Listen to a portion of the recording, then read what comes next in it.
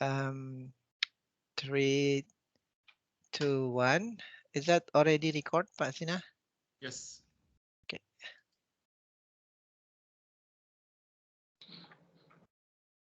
Okay. Hello. Hi for our listener, wherever you are. Um, it's us again. It's really great to meet you, although only from YouTube channel or from our podcast. And we have been, dormant or stopped for a while, but today I'm back again with Pasina. How are you, Pasina? I'm good, Pak Richard. How are you? Do you want to say something first in Bahasa maybe before we continue in Indonesia? Because I think we already stopped producing podcast for about 3 or 4 months, something like that. So I think that's why you're a little bit nervous when we start. Yeah. Yeah. So we also very glad today we have I've joined with Bill Hedge. Bill. My good friend. We used to work together in our company BP, but Bill's already retired. But knowledge is it's continuous. Right? So Bill keep in faithful in this field. So today we had the opportunity to interview him. So maybe I just start the background for our podcast today. So as we know, we are in the industry 4.0 era where we see the massive expansion of the data utilization into our day-to-day work. Um, a lot of words that we use in our everyday life, like data science, data mining, all sorts of data. And also another things that we see is a lot of technology related to the robots related to UAV, autonomous vehicle appear, almost everywhere, and it's ubiquitous. So for us in materials and corrosion world, we need also to adapt and use this new technology and combine with our fundamental materials and corrosion knowledge also to to benefit for our work. The recent example in materials work, for instance, the use of new technology for the inspection, the use of drone to replace the traditional visual inspection method. Another example also the use of non-intrusive inspection to detect corrosion internal, where we used to go inside the vessels to see the defect, but now because of technology and the sensor, all of those advanced technology, we can do inspection from outside of the vessel to detect internal defect. Another example also, recently I just read that especially in Asia Pacific, they start to do internal inspection for the water tank with uh, robotics. So we don't need to um, put all the water, or to dewatering the tank, to empty the tank, but we can do the visual inspection for the water tank while the tank still in service. So all of them is advanced technology, but specifically for corrosion, we know for quite some time that there is uh, permanent inspection or permanent corrosion um, sensor that they put in the pipe that integrate to the our control SCADA system. So in BP, specifically in my company, we call it Plan Operating Advisor, which is pretty similar with what we call integrity operating window, where when we have excursion in some of the parameter, for instance, CO2 or H2S, those alarm will be give a reminder in our main control building that you need to decrease the CO2, otherwise there will be like internal corrosion happen. So that is the background. So today I'm very pleased that we are going to talk about this topic further with Bill Hedges PhD. Yeah, he is the Corrosion Integrity Management Consultant and also president of the Institute of Corrosion or ICorr in UK. So previously, Bill had a various position with BP and also before that with Exxon company as a corrosion engineer, integrity management manager, corrosion technical authority, and I think the last is the chief engineer for materials and corrosion.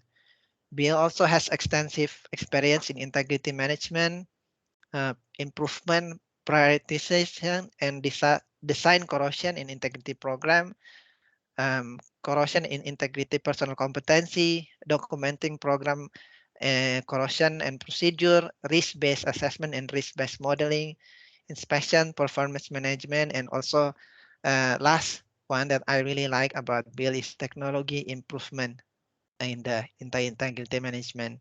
So I think without further ado, over to you, Pasina, for the next question. Thank you. Okay, thank you, Pak Richard. Hi, Bill. First, maybe some of our listener want to hear your voice. Can you say hello at least something? Yeah, hi Pasina, hi Richard. Yes. It's an absolute pleasure to be with you. Thank you for the invite, and I'm looking forward to our conversation. Yes. Okay. Okay, Bill, first of all, thank you. And it is an honor for us to have you here and welcome to Korosi Indonesia podcast. So, can you briefly tell us more about yourself, maybe starting from your education background, maybe maybe starting from undergraduate and then to your graduate education, and then also could you tell us what make you excited to work in this area? I mean, in the corrosion and integrity world. I think maybe when you start your first career, it's not like today. I mean, I think it is less corrosion engineer at that time. Possibly, I don't know. Maybe you could tell us what's the reason that you picked this career in your life. Of course. Yes, I agree with you, Pasina. I don't think any young person grows up thinking I want to be a corrosion engineer. You know, most people want to be an astronaut or a train driver or a nurse or whatever it is. But yeah, I grew up, and in school, I developed a love of chemistry. So I did my degree in chemistry, and so really at heart I'm a chemist, and we'll maybe talk about that a bit later on. But from there, I went on to do a PhD in battery chemistry. Okay. And I often tell people you can say how old I am because my research topic was rechargeable lithium batteries, which did not exist at the time when I was doing my PhD. So it goes back a long way. But if you think about batteries, batteries are really a controlled corrosion reaction. Yes, correct. And that's kind of where I got my interest in corrosion. And I, as Richard said earlier on, I then ended up joining Exxon into the oil and gas business. And I've been working there for 30 years now. The last 24 years were with BP. I've had a variety of different roles. I'd say I've spent about half of my time in operational roles on actual oil and gas facilities, and about half of my time in central engineering positions, developing technology, developing standards, developing programs. I've had the privilege to work in some wonderful places. I've never worked in Indonesia, but I've been privileged to visit twice, so I do love your country. But I have lived and worked in Houston in the USA, Trinidad and Tobago in the Caribbean, and Alaska in the USA. And at the end of 2020, I took the opportunity for early retirement and formed my own consulting company. And I've been doing that for the last year and a half, which I've really enjoyed. I'm married for 34 years with a wonderful wife, Joanna, and two beautiful daughters. And my personal hobbies are I like to play guitar, I like to do walking, and I like woodworking, as well as a love of music generally. Okay, so it's like a guitar luthier or something like that. You can build guitar. I like to play guitar, so I always have a guitar next to me. Ah, okay, that's Gibson, or it's very like a Gibson. Actually, this is what I've just showed you was a Paul Reed Smith, which is a PRS. PRS, yes. Yes. It's the evolution of what a Gibson should have become if they'd have carried on developing. But Gibson guitars are wonderful. Actually, all guitars are wonderful. Yes, correct. Okay, good. Yeah, I think we have the same hobby. I like to play guitar also. Okay. Yeah, that's good to hear. I mean, yeah, the battery is actually like the same principle like the electrochemical process, like, but as you mentioned, it is like in the control. Just curious, how many corrosion engineer in your maybe before, like in the BP when you join the company? Is it like you can count it with your hand, or it's already like more than 10 or 20, something like that? Sorry, let me understand the question. How many corrosion engineers are in my company now, or in BP? In BP, when you the first time you when joined. When you start. A lot. A lot. Okay. Wow, I can't tell you when I started, because when I started, I was a young engineer and I was not involved in management. But maybe by around when I came into leadership roles, maybe around about, say, the year 2000. Oh, okay.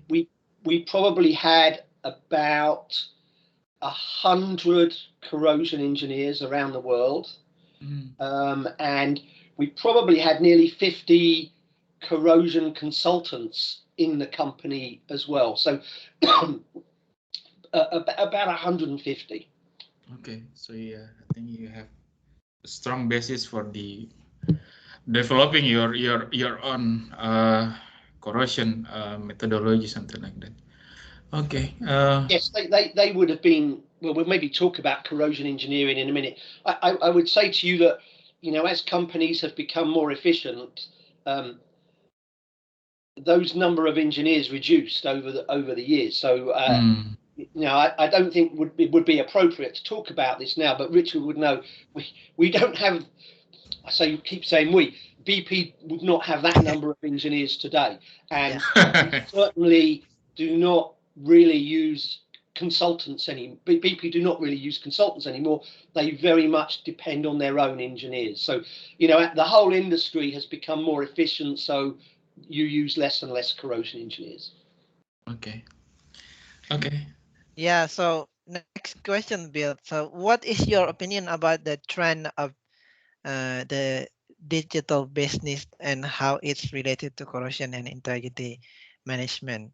So are we as a discipline still behind compared to another discipline, for instance, like instrument that the extensive use of the sensor with the high touch sensor, or electrical with the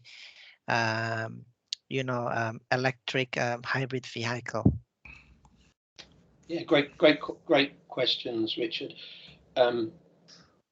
Clearly, the trend in digital is incredibly important, and it just provides more tools and more capability for our engineers.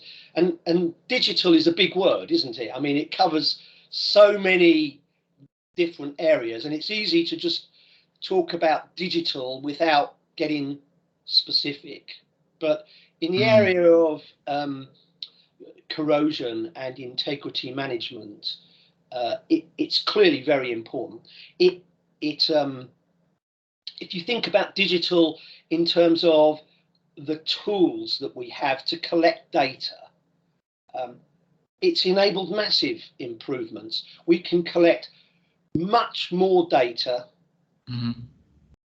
from many more locations on a more routine basis than ever before.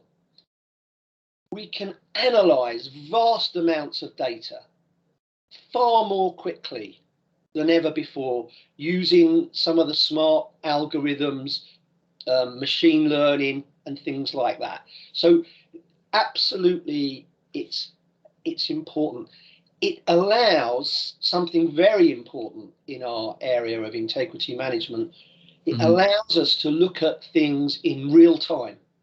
So rather than put it in the old days, we might put a coupon in a pipeline, we'd wait 1 year, we'd take it out, and then we'd say, oh my gosh, things are corroding really badly. You know, today we have techniques that allow us to almost look at that in real time and understand what's going on in real time and make adjustments quickly before things become problematic. So absolutely, it's really important.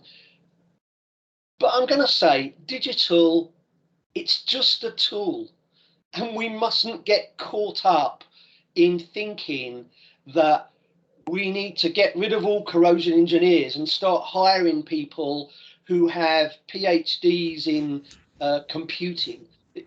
Fundamentally, the mechanisms of corrosion are still the same as they've always been. The fundamentals of inspection are still the same as they've always been.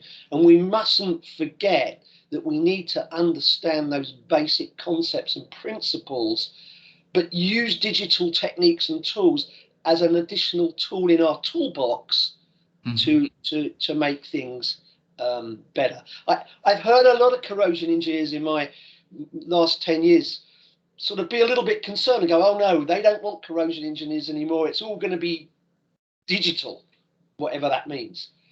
It's not. We're always going to need corrosion engineers. Corrosion isn't going away.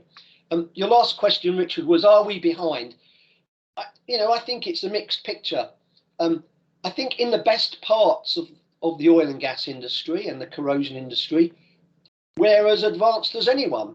We've got lots of sensors. You mentioned robotics and drones, algorithms, machine learning. Where it's at its best, I think we're very good.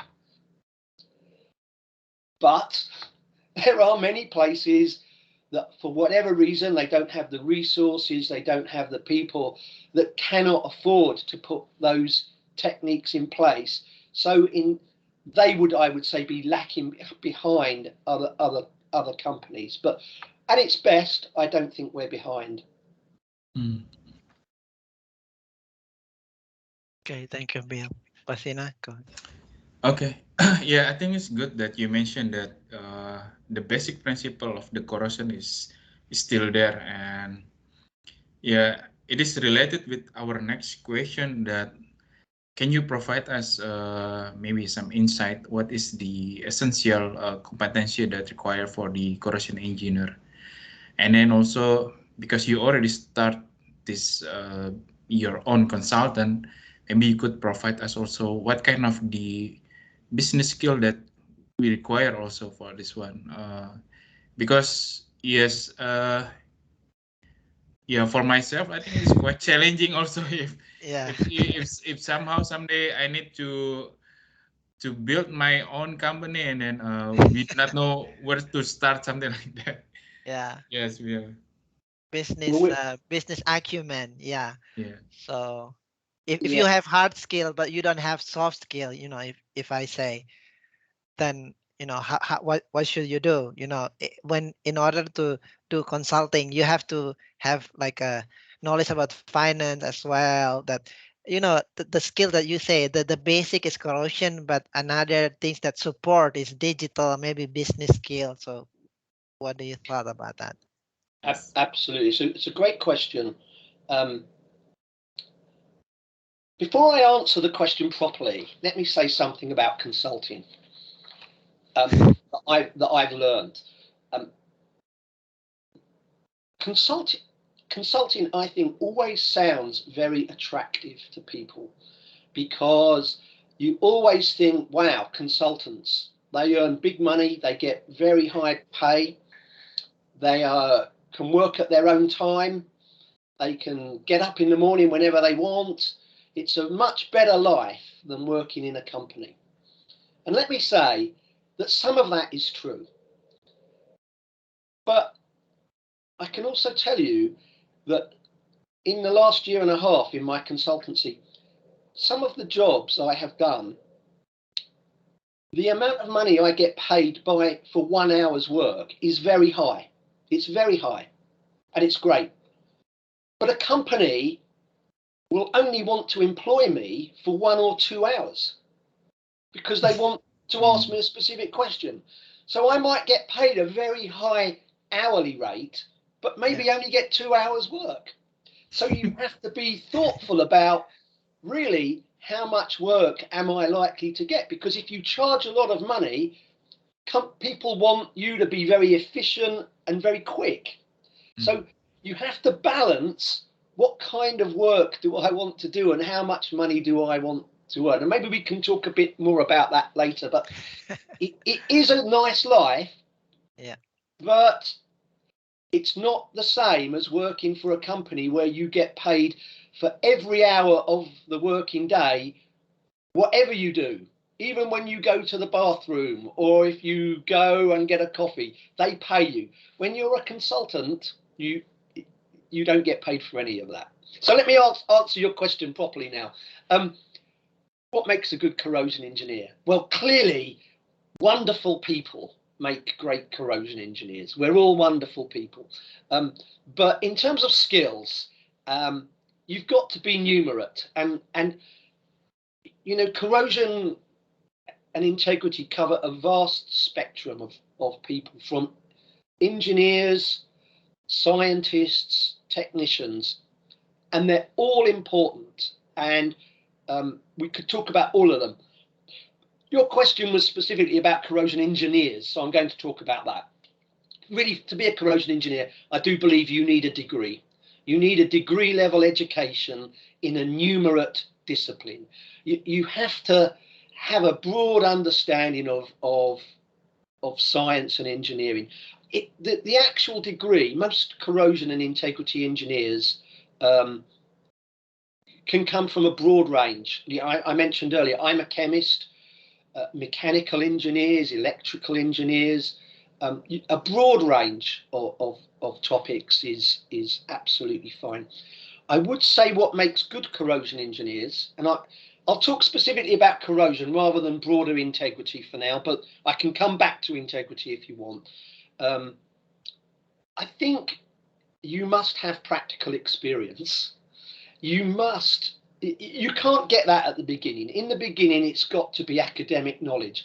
But in a career, to be a credible corrosion engineer, you need practical experience. You need to have worked in a laboratory and done testing. You need to have worked in an operation and actually touched pipe and seen corrosion problems, seen how things are done in the field. To be a fully rounded corrosion engineer, you need those things. As you progress in your career as a corrosion engineer, there's a big decision to make. Do you want to be a generalist and know about a lot of things, but maybe not in so much detail? Or do you want to be a specialist where you have a general knowledge, but you specialize in a particular topic like coatings or cathodic protection or corrosion inhibition? No one in corrosion knows everything. And if a consultant like me ever comes to you and says, I know about all of these things in great detail, you should throw me out of your office. because no one knows everything. I think I understand why you got pay high. This is like a very high price advice, Bill. To be honest, thank you so much. Well, who knows? Maybe that's I say about being old and having a bit of experience. You know, I'm looking at you two guys and I see two smiling faces. Can I say enthusiasm is a really important factor. The fact that you're doing these podcasts, you know, nobody wants to work with people who are unenthusiastic and uncooperative and unhelpful. Everyone wants to work with fun, enjoyable people. So what you're doing here is great. Look, Richard asked about business acumen, and yes, you need a bit of that. You need to be careful, because when people talk about business acumen, they often think about finance. And you do need to know about finance a little bit, not a lot. You don't need a degree in accountancy. But you've got to be careful with finance, because for me, the key role of a corrosion engineer is about safety. It's about keeping people safe and equipment safe and not having any accidents or incidents. And once you start talking about money, you do run the concern that you will become too focused on money and, bluntly, saving money, and lose the focus of what we really do, which is keeping people and equipment and the environment safe. So yes, you need a bit of money knowledge, but Richard mentioned soft skills. Absolutely. I think there's a lot of other business skills that you do need.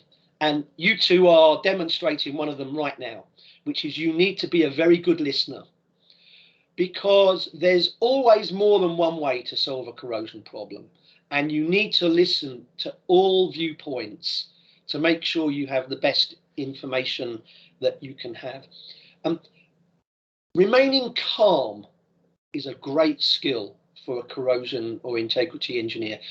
When we really earn our money is when we have problems, and often that manifests itself as a corrosion leak. When we have a leak, management teams panic. They don't know exactly what to do.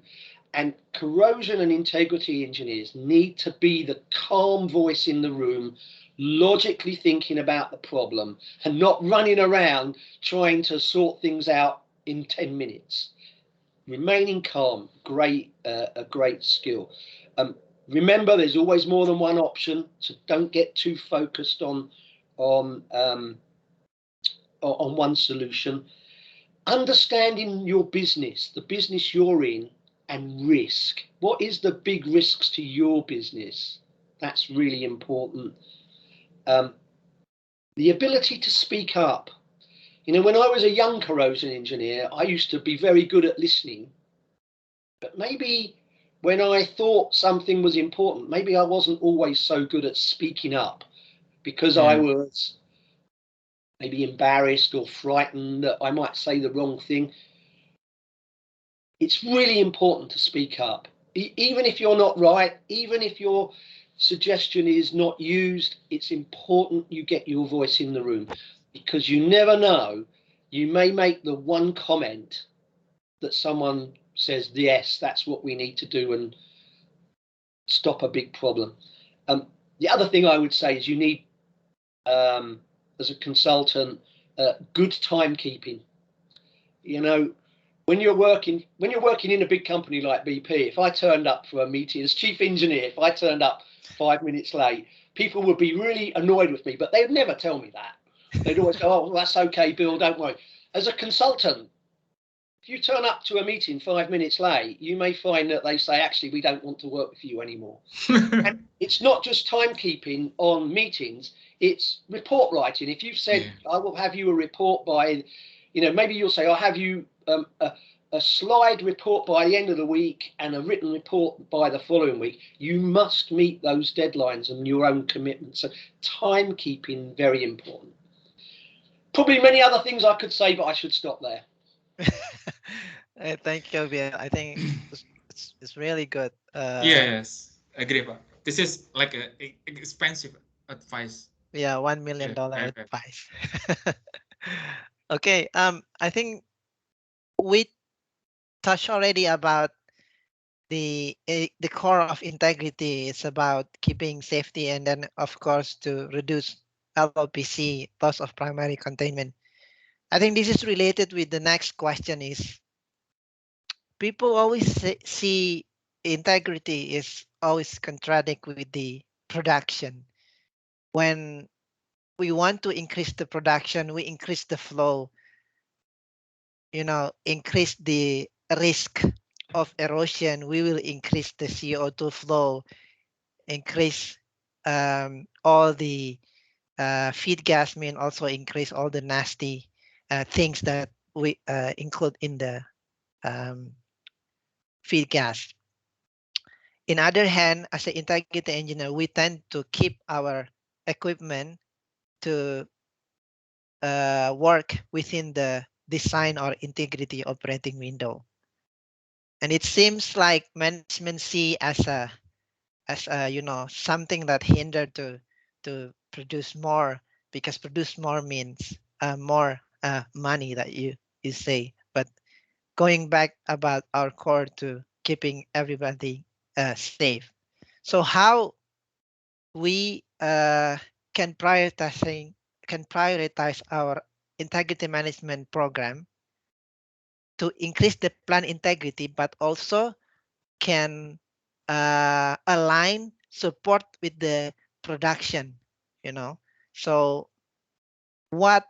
how we propose the activities that can also increase the integrity, but in the same time will support the production to keep going to the nameplate. So how another tools or inspection activity or corrosions analysis that we can utilize to increase this integrity efficiency of our plant. Yeah, another great question. Well, there's lots of answers to this list. So really, this question is more around the whole integrity management program. So let's talk about integrity now. Look, when it comes to programs, the first thing you've got to remember is wherever you're operating in the world, you have to comply. Excuse me. You have to comply with the laws of the land, right? So it doesn't matter what you think as a corrosion or integrity engineer. If the law says you need to inspect that piece of equipment every year, you need to do that, right? So, be clear. We have quite a lot of freedom, but you must obey the law. Even if the law doesn't make sense to you, you've got to obey the law. You talked about prioritization. Really, when you have flexibility, I think the tool that we would all say is the most important prioritization tool is what we would call risk-based. People add on different words at the end of that. Is it risk-based assessment, risk-based management, risk-based integrity, risk-based inspection? It doesn't matter what word you add on the end. It's risk-based, and that is one of the most important tools that we have. When we talk about risk, when we do risk assessments, it must be based on data. Yes. And it's very easy for corrosion and integrity engineers to sit in a room without any data and do a desktop assessment and convince themselves that everything's okay. That isn't what risk-based is about. Risk assessments need to be based on data. And even today, people who advocate and sell risk-based software or programs or consultancy, I still hear them use the primary selling technique is, if you do this, you will do less inspection and you will save money. And that may be true, that may be true. But to my mind, risk-based is a prioritizing tool. So if you think, I'm going to use my hands here, so hope you can see them. If you think about all the things that you have to do in integrity management, risk-based allows you to turn it vertically into a priority list and say, what do I need to do first? What do I need to do second? What do I need to do third? But you still have to do it all. You can't suddenly get halfway down your list and go, right, now I don't have to do it. It prioritizes for you, as you asked in the question, but it doesn't mean you can't do it. Now, there might be a few things at the bottom that you go, you know what? If that line leaks, it's going to be leaking seawater into the sea. I can live with that. If you can live with that, maybe. My attitude was, you should never have any leaks. Leaks are bad. Leaks always, when people have leaks, it tells me we're not looking after our equipment properly.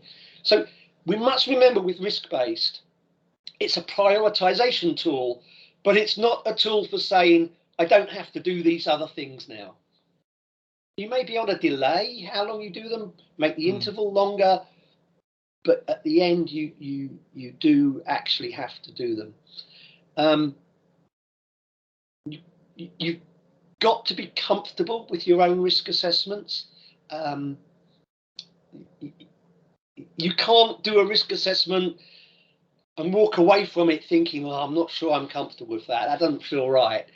When you finish, you as the corrosion engineer have to say, yeah, that's what I believe, and that's what I do. So risk-based inspection, risk-based assessments absolutely are important. That's why, as I mentioned earlier, you've got to have a knowledge of the risk of your business. And if you just purely are a corrosion engineer and you never talk to your operating colleagues and the operators, you will never fully understand risk. So you need to talk to a wide group of people to understand. You asked me what excites me. You know, I'm excited by a lot of the new technologies. So beyond risk assessments, well, Richard, you mentioned a lot of them earlier on. I mean, the robotics, the drones, to be able to get to places that in the past we used to have to spend millions of dollars putting scaffolding up just to do a single inspection, and now we can put drones up there. As I was finishing my time in BP, we did our first pipeline inspection completely remotely with an underwater ROV, remote operated vehicle, operated from a remotely operated boat on the surface with no crew on the top. What wonderful ways of reducing risk to people, getting better data, and reducing the risk to the environment. We saved massive amounts of fuel by having an autonomous boat that didn't need people on it. It was a phenomenal exercise. I'm excited by that. I'm excited by a lot of the external ultrasonic technologies, both for doing long range UT, where we may not have the highest accuracy in data, but we can at least get an indication of where problems might be occurring on a piece of equipment. And then we can go back and target more detailed inspection later on. But to do long range UT, I think is wonderful. I love the fixed UT that we're doing now. It's become so sensitive that modern fixed UT is now as sensitive as putting corrosion coupons inside pipe. We were beginning to get to a place, and I think this is the future, where we probably won't ever put coupons in pipelines anymore. Because there's a big risk. Every time you take a coupon in and out of a pipeline, there's a risk to the people doing that. It's a hazardous business. You need specialized people to do that. And there's a risk that you will damage the pipe and have to shut the pipeline down. I think I'm very excited by a lot of the ultrasonic technologies. I'm excited by machine learning and algorithms. I've yet to see that really deliver true fruit, as it were, but I'm excited by the direction that that's going in. In the science area, last year I attended some presentations on corrosion modeling at the atomic level. Oh. And it's really coming on phenomenally. So lots of things I'm excited about, lots of tools are out there. I think it's a great time to be a corrosion engineer. Pak Richard, I just want to ask something to Bill about this. I'm interested to know more about when you said that as a corrosion engineer that we need to go out there just to check. But I think at this moment, at the current time, that most of the corrosion engineer, they receive the data from the field, and then my question is, how do you evaluate that this data is valuable or this data is correct, something like that? How do you make a judgment about that data that we need to use, that we are going to use? Well, absolutely. What you say is true. I mean, most corrosion engineers work in an office. And for example, onshore. So if you have offshore facilities or remote facilities, corrosion engineers may not be there. That is where you need to have some experience of, what data is good and what data is bad. I'll give you a stupid example, but when I was a young corrosion engineer, for example, maybe doing corrosion prediction work, I would do corrosion rates to 3 decimal places. It's complete rubbish. Yeah. Once you go in the field, you know that at best you're going to get data to 0.1 millimeter a year or 1 MPY, whichever. I'm totally fluent in corrosion units. I can't speak your language, sadly, but I can speak all languages of corrosion measurements. But you've got to, you need that knowledge to know what's sensible and what's not sensible. And then as you get more mature, you realize that most corrosion models, for example, are probably only good to plus or minus 25%. So actually, most numbers you get have a very large error bar on them. I think the true answer to your question comes back to what I said earlier on, is at some point it's good to have field experience or lab experience to know what you can really do. So yeah, I mean, not everybody gets the opportunity to get field experience, and that doesn't mean you cannot be a corrosion engineer.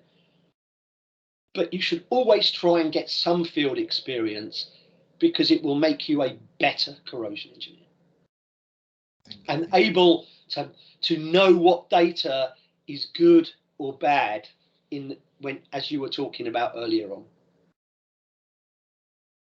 Okay. Yeah, thank you, Bill.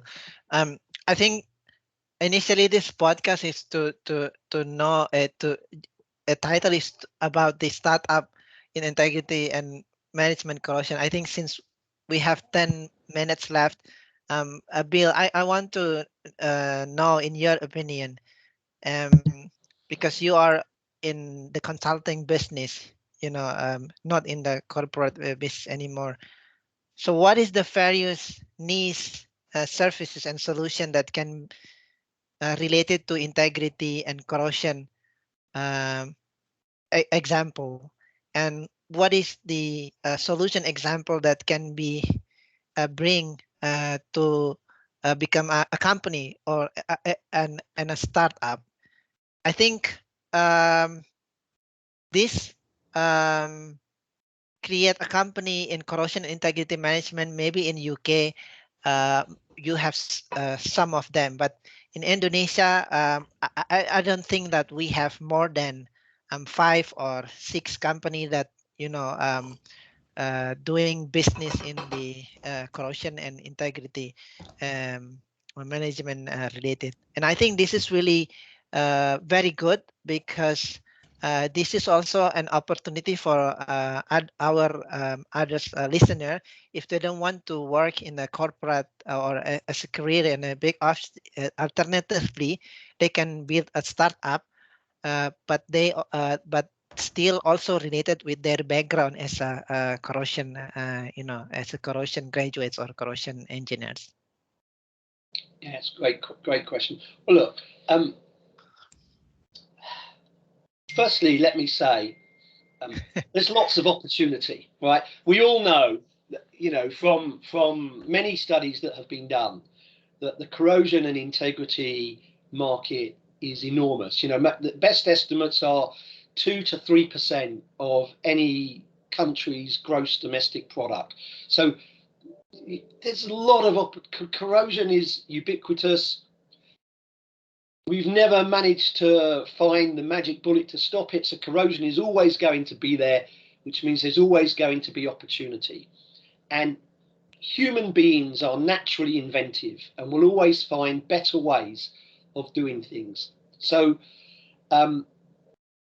there's a lot of opportunity. Some things are dominated by the large companies, and it's very hard to break into that. So, for example, the world of coatings and the world of inhibitors is dominated by large companies. And unless you really unless you have a brilliant product that you discover and you're willing to set up large chemical factories and whatever, it's going to be hard to break into those markets. But there's plenty of other areas that people can get into around monitoring, inspection, consultancy.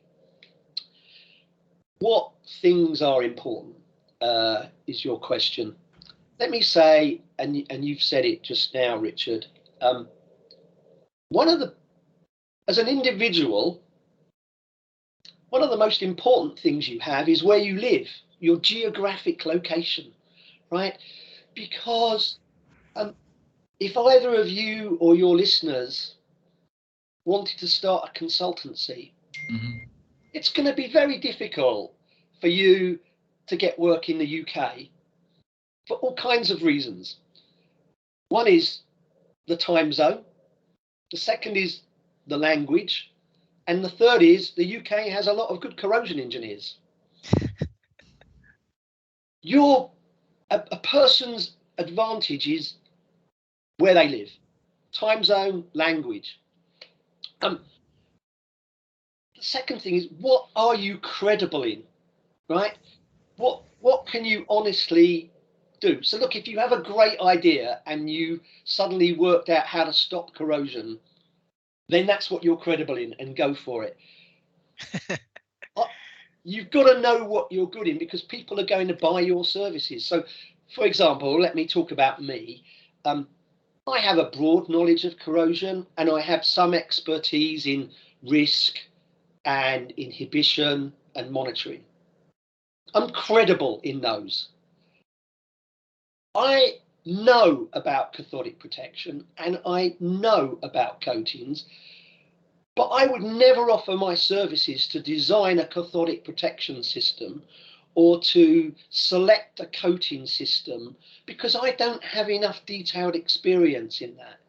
And people will know that. There's no point in me trying to pretend I have that knowledge. They will look at my resume, they will look at my experience and say, Bill, you've never worked in the area of CP. Why would I let you design my CP system? So what are you credible in is important. I think a good network of people is what you need as a consultant. So if you're in a big company, make sure you have connections outside of your company, because people will be very important for you so that you can talk through problems with them, get referrals, and maybe even get their support to help you on something. And I'd say finally, something I mentioned earlier on, enthusiasm and a positive attitude is very important when it comes to setting up a company. So, you know, if you've got a great idea and you are confident, go with it. Other than that, build on your experiences and the things that you're credible in. Very, Okay, very. thank you. Pasina, maybe last remark from you. Yeah, I think we already covered all the question because also the time constraint. Yeah, I would like to thank you again for your time, Bill. This is such an honor, and then also, yeah, after having this discussion, I think we have quite a lot of the expensive advice from you, and then I think that we can tell from the experience. That's a lot of things that we get from you. Maybe some other time we would like to discuss again because we haven't touched too much, yeah, Pak Richard, yeah, about the startup. But because we will, I mean, we were excited to speak with you. I mean, the way you talk about your experience and then all about the thing that we need to, what's it, prioritize in life, something like that. This is very, very good. Yeah, thank you again, Bill. Do you want to Yeah, say something before? thank you, Bill, for your time. I really appreciate, and thank you for our listener. If you enjoy this podcast and this YouTube channel, soon to be, please share this podcast and also YouTube through the link that we're going to post. I hope you find this video useful in support Yes. you in your professional life and also in your professional engineering work. If you have question or feedback, let us know. You can send us email at rmbasary@mtu.edu or to Sina at mssulaiman@gmail.com. Yeah. Thank you all. Thank you, Bill. Thank you, Pasina. Yeah. Thank you. And wish you all the best. Bye. Goodbye. Bye. Thank you. Thank you, Bill. I will as soon as we have the video, I will share you the link. All right, guys, it was lovely to meet you. Thank you for this. Have a great week. Yes. Yep, you too. Bye-bye. Bye. Bye. Don't forget Oh, to let me say